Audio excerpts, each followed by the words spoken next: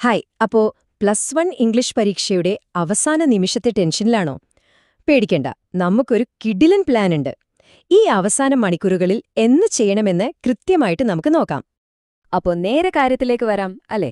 എല്ലാവരുടെയും മനസ്സിലുള്ള ആ ഒരൊറ്റ ചോദ്യം, നാളത്തെ പരീക്ഷയ്ക്ക് ഇനി എന്ത് പഠിക്കും? ഈ കുറഞ്ഞ സമയം കൊണ്ട് എങ്ങനെ നല്ല മാർക്ക് വാങ്ങും? വാ നമുക്ക് നോക്കാം. എനിക്കറിയാം, സമയം തീരെയില്ല, പഠിക്കാൻ ഒരുപാടുണ്ട്.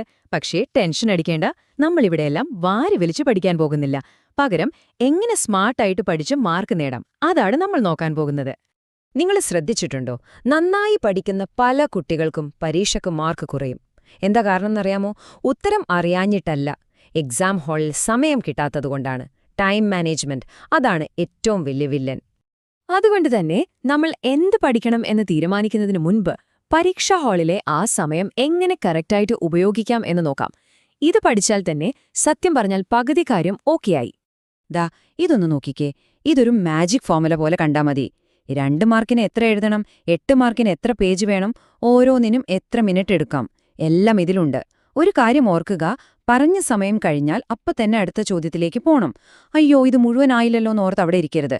ഈ റൂള് മാത്രം ഫോളോ ചെയ്താൽ മതി, ഒരു ചോദ്യം പോലും വിട്ടുപോയില്ല, ഗ്യാരണ്ടി. സമയം മാത്രം നോക്കിയാൽ മതിയോ? പോരാ, നമ്മുടെ ആൻസർ പേപ്പർ കാണാനും ഒരു ഭംഗി വേണ്ടേ? പ്രധാനപ്പെട്ട പോയിന്റുകളൊക്കെ ഒന്ന് വരച്ചെടുക്കുക. വലിച്ചുവാരി എഴുതാതെ ചെറിയ പാരഗ്രാഫാക്കി എഴുതുക. പിന്നെയാ കൂൾ ഓഫ് ടൈം, അത് വെറുതെ ആകാശത്തേക്ക് നോക്കിയിരിക്കാനുള്ളതല്ല. ആ സമയം കൊണ്ട് ഗ്രാമറിലെയും വൺ വേർഡിന്റെയും ഒക്കെ ഉത്തരങ്ങൾ കണ്ടുപിടിച്ച് മനസ്സിൽ ലോക്ക് ചെയ്ത് വെക്കണം.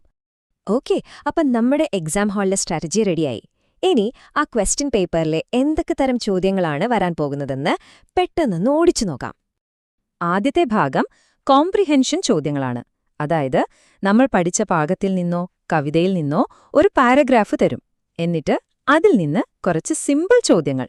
നിങ്ങളാ ഭാഗം എത്രത്തോളം മനസ്സിലാക്കിയെന്ന് ചെക്ക് ചെയ്യാനാണിത്. അടുത്തത്, ഇതാണ് ഏറ്റവും കൂടുതൽ മാർക്ക് സ്കോർ ചെയ്യാൻ പറ്റുന്ന area, creative writing. Essay, speech, news paper report, character sketch, അങ്ങനെ ഒരുപാട് ഐറ്റംസ് ഇതിൽ വരും. നിങ്ങളുടെ എഴുതാനുള്ള കഴിവ് കാണിക്കാനുള്ള ചാൻസാണ്. പിന്നെ ഗ്രാമർ ഭാഗം മറക്കരുത്. എഡിറ്റിംഗ്, റിപ്പോർട്ടഡ് സ്പീച്ച്, പിന്നെ ആ ഇഫ് ക്ലോസില്ലേ, അതൊക്കെ ഉറപ്പായും ചോദ്യപേപ്പറിലുണ്ടാകും. ഇതിന് കുറച്ച് സ്പെഷ്യൽ ശ്രദ്ധ കൊടുത്തേ പറ്റൂ. ശരി, അപ്പൊ നമ്മൾ ഏറ്റവും പ്രധാനപ്പെട്ട ഭാഗത്തേക്ക് വരുവാണ്, യുവർ ഫൈനൽ സ്റ്റഡി സ്പ്രിന്റ്. അതായത്, ഈ അവസാന മണിക്കൂറുകളിൽ നിങ്ങൾ എന്തൊക്കെ പഠിക്കണം, എന്തിനൊക്കെ ഫോക്കസ് ചെയ്യണം. അടുത്ത സ്ലൈഡിലെ കാര്യങ്ങളൊന്ന് ശ്രദ്ധിച്ചു കേട്ടാ മതി, നിങ്ങളുടെ കോൺഫിഡൻസ് ലെവൽ തന്നെ മാറും. ഓക്കെ, അപ്പൊ ഇനി എല്ലാം കൂടി വാരി വരിച്ച് പഠിക്കാൻ നിൽക്കരുത്. ഈ 5 കാര്യങ്ങൾക്ക് മാത്രം പ്രയോറിറ്റി കൊടുക്കുക. സ്റ്റെപ്പ് 1, ലെറ്റർ, ഇമെയിൽ, സ്പീച്ച്, ഇതിൻ്റെയൊക്കെ ഫോമാറ്റ് കൃത്യമായി പഠിക്കുക. Step 2, death the leveller, sunrise on the hills പോലുള്ള മെയിൻ കവിതകളുടെ അപ്രീസിയേഷൻ നോക്കുക. സ്റ്റെപ്പ് 3, ഒരു ട്രാവൽ എസ്സേയും പിന്നെ ഹസൻ, മാഗി ഇവരുടെയൊക്കെ ക്യാരക്ടർ സ്കെച്ചും റെഡിയാക്കി വെക്കുക. Step 4, profile writing, live TV റിപ്പോർട്ടൊക്കെ എങ്ങനെ എഴുതണം എന്ന് ഒന്നുകൂടി ഉറപ്പിക്കുക. ലാസ്റ്റ് സ്റ്റെപ്പ് 5, റിപ്പോർട്ടഡ് സ്പീച്ചും ഇഫ് ക്ലോസും, ആ റൂൾസ് ഒന്നുകൂടി റിവൈസ് ചെയ്യുക. ഇത്രയും മതി, സത്യമായിട്ടും ഇത്രയും മതി. ദാ ഇതെപ്പോഴും ഓർമ്മയിൽ വെച്ചോ, ഫോർമാറ്റ് ഇല്ലെങ്കിൽ മാർക്ക് പോകും. നിങ്ങൾ ഉള്ളിൽ എന്ത് ഗംഭീരൻ കണ്ടന്റ് എഴുതി വെച്ചാലും ഒരു ലെറ്ററിനോ റിപ്പോർട്ടിനോ അതിന്റെ കറക്റ്റ് ഫോർമാറ്റ് ഇല്ലെങ്കിൽ മാർക്ക് കിട്ടില്ല. അപ്പൊ ആദ്യം പഠിക്കേണ്ടത് ആ ഫോർമാറ്റുകളാണ്, മറക്കരുത്. അപ്പോ ഇനിയൊരു ടെൻഷനും വേണ്ട, പരീക്ഷ എങ്ങനെ നേരിടാമെന്നുള്ളതിന് നിങ്ങളുടെ കയ്യിൽ ഒരു ക്ലിയർ പ്ലാൻ ഉണ്ട്. നിങ്ങൾ ഇത്രയും നേരം പഠിച്ചതിൽ വിശ്വസിക്കുക. നല്ല ആത്മവിശ്വാസത്തോടെ പോയി പരീക്ഷ എഴുതുക. നിങ്ങൾക്ക് എന്തായാലും നല്ല മാർക്ക്